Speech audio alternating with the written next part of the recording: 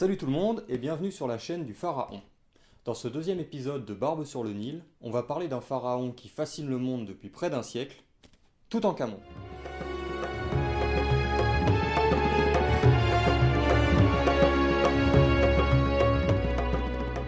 Il est impossible de parler de Toutankhamon sans évoquer la découverte de sa tombe.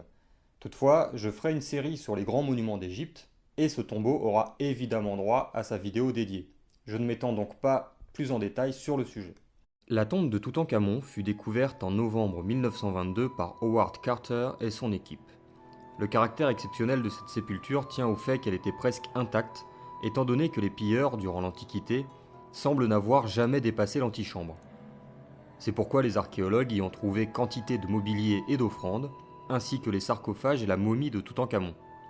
C'est d'ailleurs sur cette même momie qu'était placé le fameux masque d'or et de pierres précieuses, aujourd'hui exposé au musée du Caire.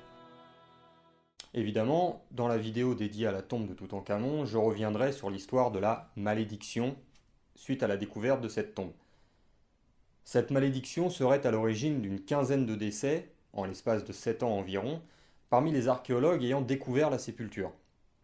Toutefois, malheureusement pour les chercheurs de phénomènes paranormaux ou de mystères inexpliqués, cette malédiction peut s'expliquer de façon beaucoup plus pragmatique.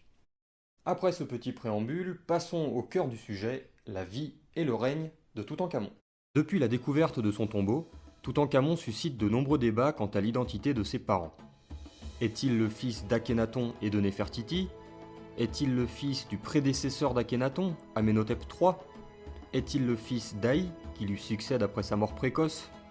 Les inscriptions mentionnant Toutankhamon et ses possibles géniteurs ne donnent que peu d'indices, étant donné leur caractère conventionnel et leur contenu parfois obscur. La question de l'identité du père de Toutankhamon est importante, car elle conditionne l'histoire de la lignée dans laquelle s'inscrit le jeune roi. Et puisque les sources égyptiennes nous en apprennent peu sur le sujet, il faut se tourner vers d'autres moyens pour en apprendre plus sur la filiation du pharaon.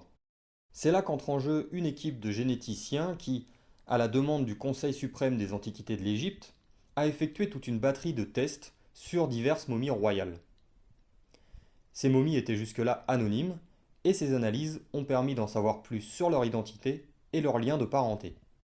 Parmi celles-ci furent donc identifiées, avec plus ou moins de certitude, la dépouille d'Akhénaton, le possible père de Toutankhamon, celle d'une femme que l'on nomme Young Lady, et qui serait la mère de Toutankhamon, celle des deux fœtus trouvés dans la tombe du jeune roi, et qui seraient ses propres enfants, et une autre momie de femme qui est sans doute celle de l'une de ses épouses, et qui était aussi l'une de ses sœurs, nommée Orsénamon, ou Orsénamon.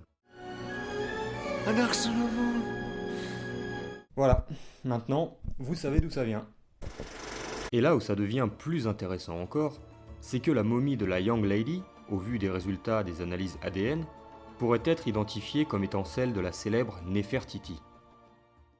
Toutankhamon serait donc le fils d'Akhénaton et de Néfertiti, qui étaient à la fois époux et cousins. Ils auront d'ailleurs droit à leur propre vidéo, étant donné leur importance dans l'histoire égyptienne. Si ces deux souverains sont bien les parents de Toutankhamon, ce qui est très probable, et que leur lien de parenté est avéré, ce qui d'après les analyses semble clair, cela pourrait avoir joué un rôle dans la mort précoce du jeune roi. Mais ça, on en parlera à la fin de la vidéo. Oui, on m'a dit de faire du teasing pour que les gens aillent au bout de l'épisode, alors je fais ce que je peux. Toutankhamon est le 11e pharaon de la 18e dynastie. Il serait né autour de 1335 avant Jésus-Christ et mort environ 18 ans plus tard, vers moins 1317. On y reviendra. Il succède à Méritaton, une de ses sœurs, qui a régné à peine 3 ans après la mort d'Akhénaton. À sa naissance, le futur roi s'appelait Toutankhaton, ce qui signifie image vivante d'Aton. Aton, j'en parlerai dans une autre vidéo, était le dieu principal, voire unique, durant le règne d'Akhénaton. Il s'agit d'une forme divinisée du globe solaire tel qu'on l'observe dans le ciel. C'est au cours des 3 premières années de son règne que Toutankhaton devint Toutankhamon, ce qui signifie image vivante d'Amon. Amon, pour sa part, fut le dieu majeur de toute la 18e dynastie, et il aura évidemment droit à sa vidéo dédiée. On retrouve son nom sous plusieurs formes dans celui de nombreux pharaons, Amenemhat, Amenhotep, Toutankhamon, etc. Du règne de Toutankhamon, on possède un monument qui a donné lieu à de nombreux commentaires et que les égyptologues appellent la stèle de la Restauration. Cette stèle mesure environ 2,50 m de haut et fut gravée pendant le règne du jeune roi. Elle se trouve aujourd'hui au musée du Caire. Son inscription mentionne la mise en place de plans de rénovation et de restauration de plusieurs temples qui avaient été abandonnés et dégradés durant le règne d'Akhénaton. Elle explique également que de nombreuses statues furent commandées afin de rendre aux dieux leur réceptacle sacré. En voici quelques extraits.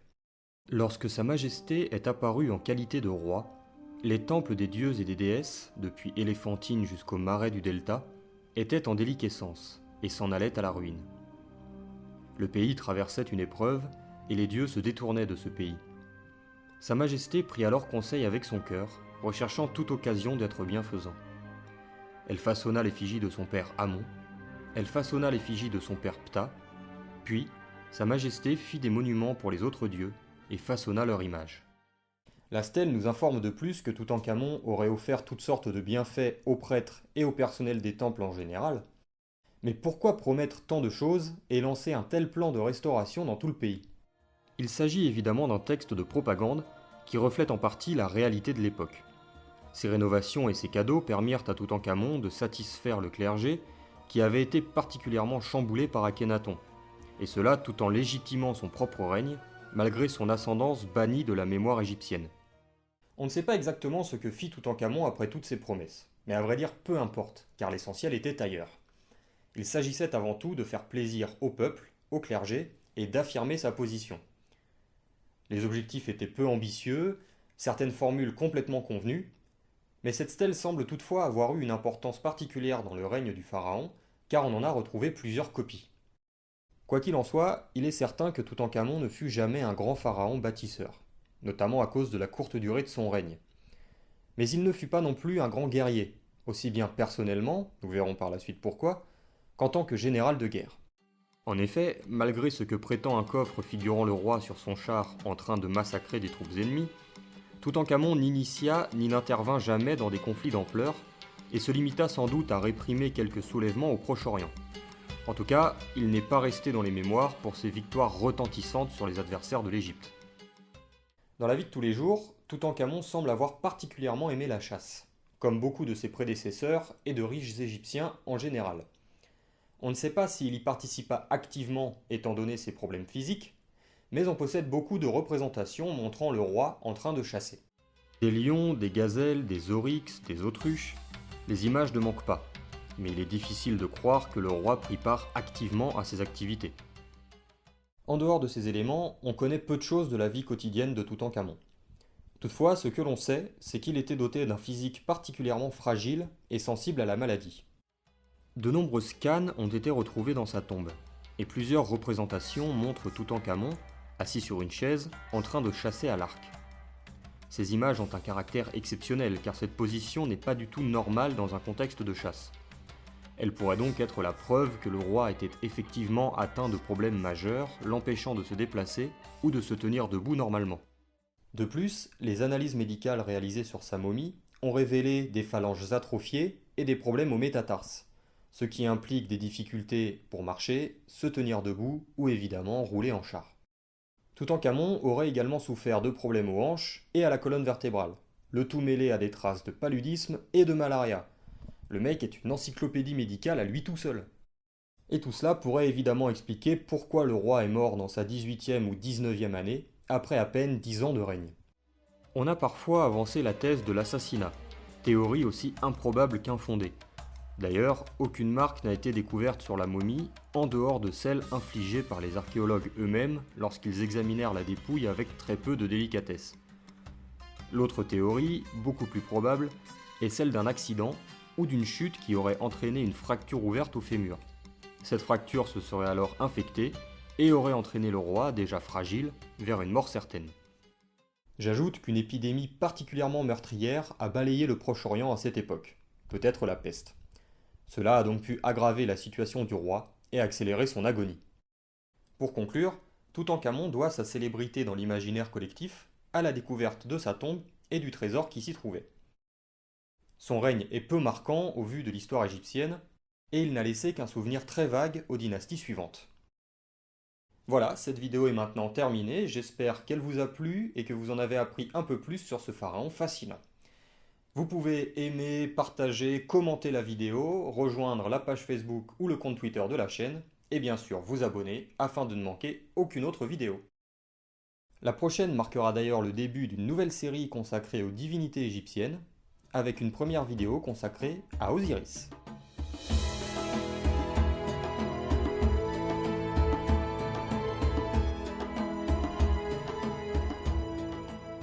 Ciao!